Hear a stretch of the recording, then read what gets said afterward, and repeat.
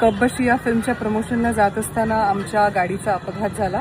मराठी अभिनेत्री पूजा सावंत हिच्याबद्दल नुकताच एक मोठी बातमी समोर आलेली आहे, कारण अभिनेत्री पूजा सावंत हिच्या गाडीचा अपघात झाला असल्याचं समजलेलं आहे। पूजा ही तिचा आगामी चित्रपट कपबशीच्या प्रमोशनासाठी जात असताना हायवेवरती तिच्या गाडीचा अपघात झाला। या अपघातात तिच्यासोबत अभिनेता ऋषी मनोहर हा सुद्धा होता। सुदैवाने यामध्ये दोघांनाही जास्त काही इजा झालेली नाहीये व यानंतर पूजाने तिच्या चाहत्यांसोबत व्हिडिओ सुद्धा शेअर केलेली आहे। पहा तर त्यांची ही व्हिडिओ।